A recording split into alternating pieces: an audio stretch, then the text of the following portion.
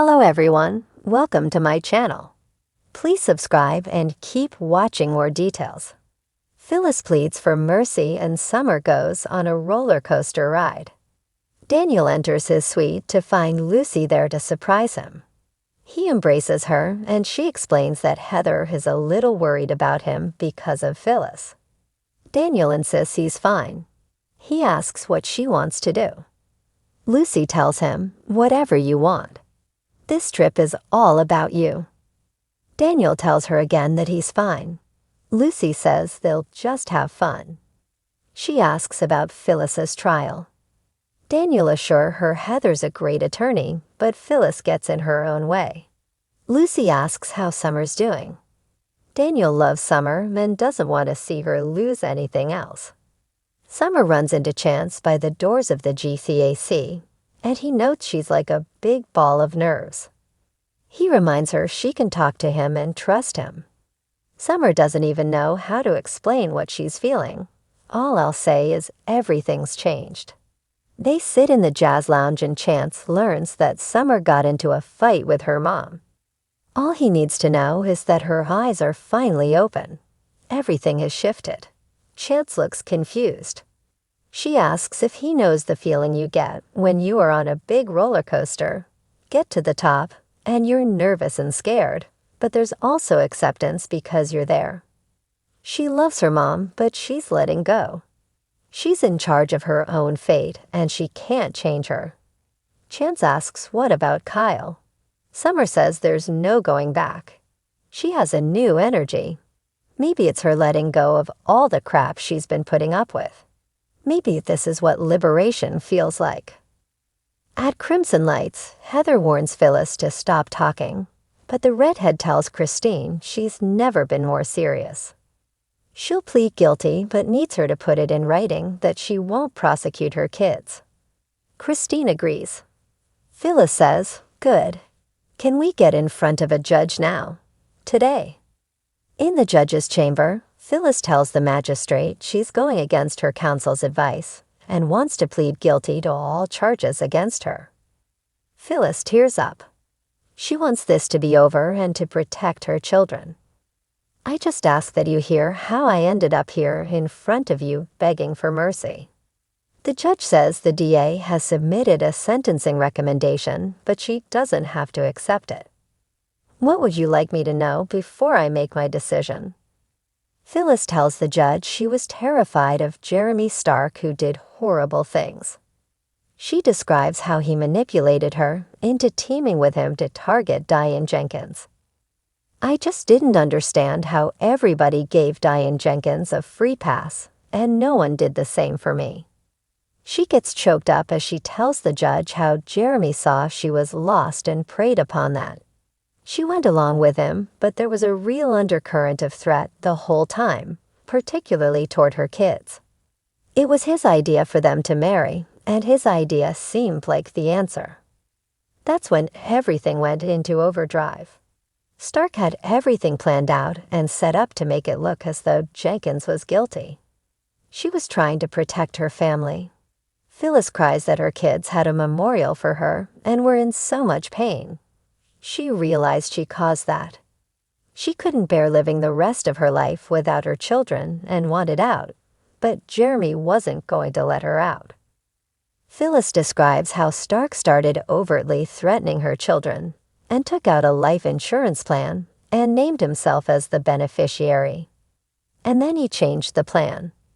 First, he was going to help her disappear, but then he wanted them to be connected forever as a married couple with everything that entails. When she refused, he attacked her, and I defended myself. The judge notes this is the attack that her witness saw. Phyllis supposes he was looking through the window. "I stabbed him. I killed him," she cries. "It haunts me."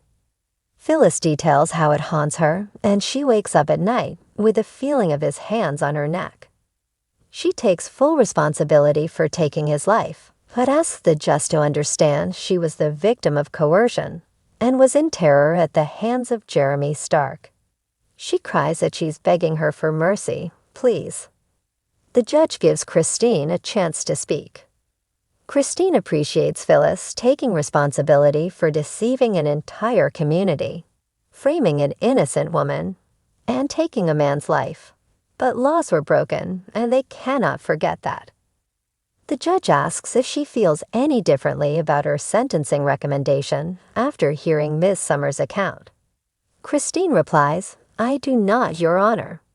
The sentence has to be in keeping with the severity of the crimes committed. Heather stands to address the judge. She thinks her client has shown great character today and finds it unsurprising that the DA would continue to press for a harsh sentence given their history. Christine fumes that she'd never let her personal feelings get in the way of doing her job properly. She points out that they have no way of corroborating Phyllis' account of what happened aside from the statement given by Carson, who isn't even a reliable witness. They have no proof that Stark threatened her children.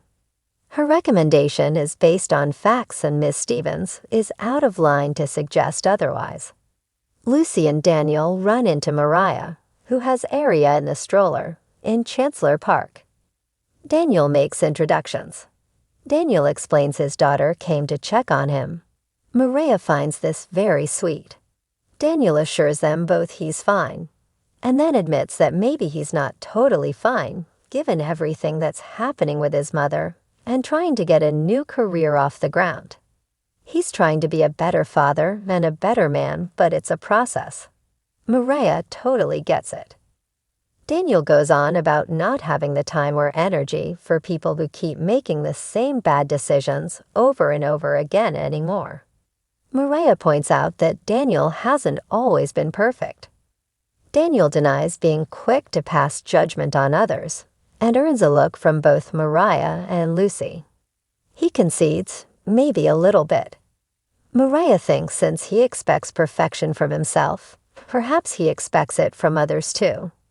She muses that they all have their own paths. People change, and it can be extraordinarily difficult. But the people we love, I feel like we have to give them the space and the love to make all of the changes they need to. At the Jazz Lounge, Summer confides in Chance that she feels reckless. "It feels good like I have the old Summer back. I feel like I need to do something to get this energy out." Chance asks, "What did you have in mind?" She teases, "Maybe I need to find an actual roller coaster." She invites him to come with her. Chance thinks a roller coaster is exactly what she needs right now, but he can't come with her. He has reports to get done. Summer thinks she needs to do this and asks him again to come with her. Chance takes a rain check. He's sure he'll see her very soon, and he's rooting for her. In the judge's chambers, she asks Phyllis what she believes would be a fair sentence. Phyllis feels she's already paid a price for what she's done.